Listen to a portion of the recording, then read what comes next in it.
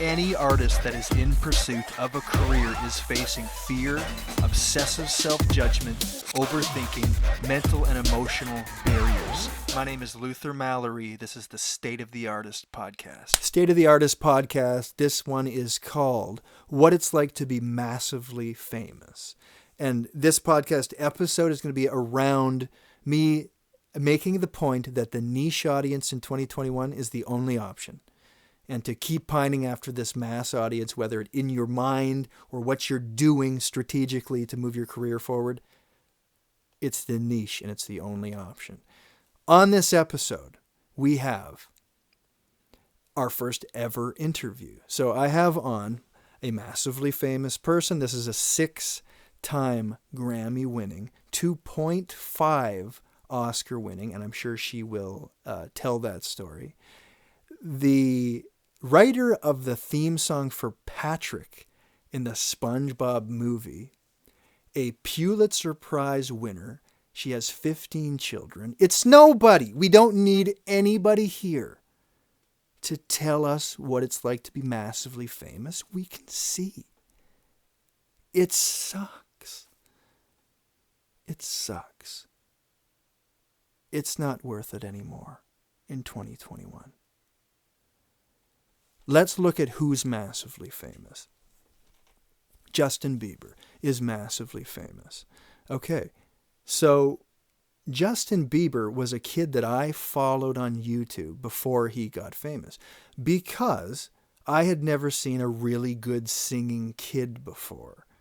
Because before YouTube, we didn't see every fucking thing everybody did in the world. Right? And then YouTube showed up. Justin Bieber was one of the first kids on there that was the singing kid. There was two, Dan Telvesky, Justin Bieber. Justin Bieber was lucky enough to be at the beginning of a technological cultural shift and capitalize on a market out of pure luck. Is Justin Bieber the best singer ever? No, of course not.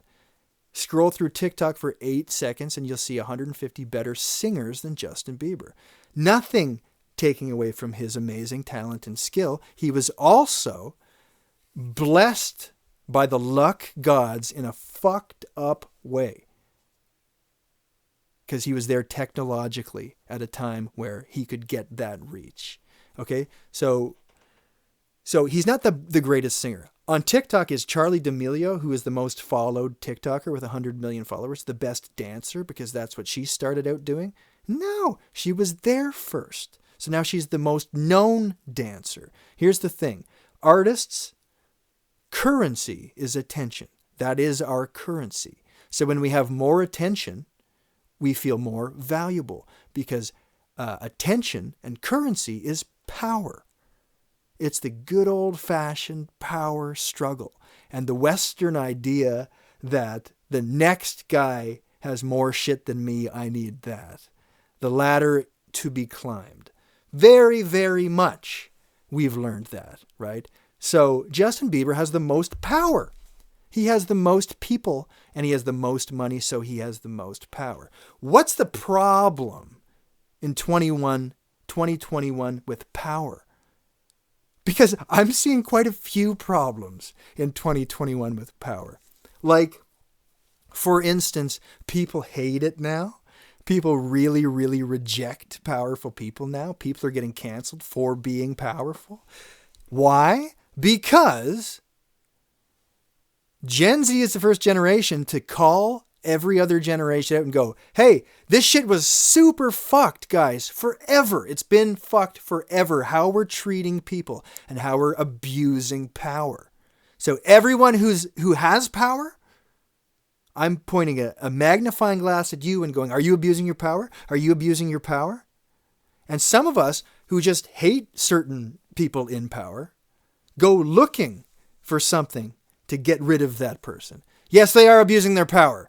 Meanwhile, they just want them fucking gone for whatever reason. That's happening too. So there's a toxicity in cancel culture, but it comes from this root of people going, enough. And when you try to talk to the bully and go, I don't like that, and the bully goes, I don't really give a shit, at some point, you have to knock the motherfucker out. And that's what's happening with cancel culture. The pendulum has swung in a fucking crazy ass direction. And it has to come back. But that's what it is this year in 2021. People are sick of being oppressed, and people are sick of people in power taking advantage of that power. So they go, fuck the whole system. Now we have artists looking at someone like Justin Bieber, all of us going, that's the most powerful artist. That's what I want, because that's what history has told me I want. I want the most. I want the most power, the most attention, the most money. Meanwhile, Justin Bieber got famous in a technological piece of fucking unbelievable luck because he was there at a time where technology was in the exact place to propel him. Right? So now we look at TikTok and we go, how do people consume culture now? Okay, Justin Bieber did it that way. Now, because of reality TV showing us that, hey, you know what's better than written television shows is people being themselves, and you get to watch that. And we went, no, it's not. And then they showed us Cake Boss, and we went, I would never like this. And 3 episodes later, I'm like, I know your family, and I've cried on your show before. That's weird. And then TikTok bumped that up a few fucking notches.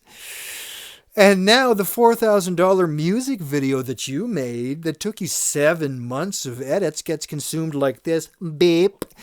And the guy who chugs chocolate milk super fast in Ethiopia gets consumed like this. Beep. It's the same.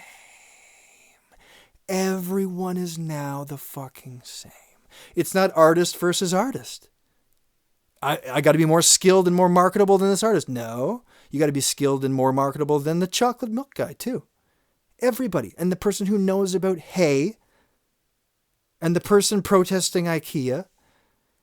You know, you have to do all of those. You have to beat all of them. Everybody's in the game because everyone can have attention. We have found out we don't like people in power. We like to divide it. I know what you're thinking politically. It's interesting. We like to divide it now and go, everyone should have power. Here's TikTok. TikTok came from China. Everyone should have power. Here's TikTok. That's interesting. You can't really say it's not an interesting thing. You go, well, yeah, everybody kind of should.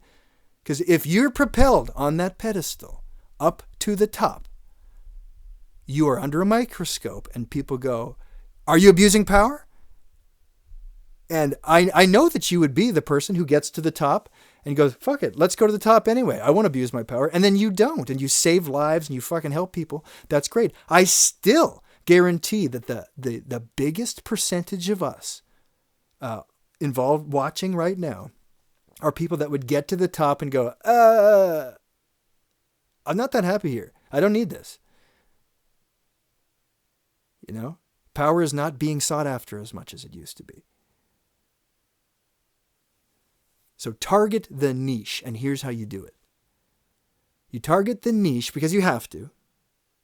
You target the niche by, instead of saying, those people who did it in the past now have millions of dollars and all of the fans, you go, what do I need per month to live my life financially? 4,000? 14,000?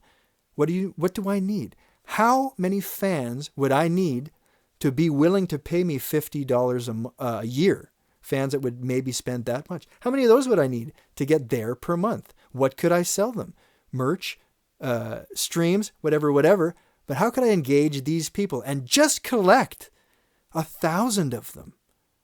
You know, like Kevin Kelly's book, 1,000 True Fans. I think that's it, Kevin Kelly. Exactly. That's all you need, right? The mass audience is broken. The niche is the only option anymore. You have 1,000 people waiting to buy something from you. Somewhere. Yeah. Are you going to get 30 million views on YouTube? No, probably not. And who gives a fuck? State of the Artist Podcast.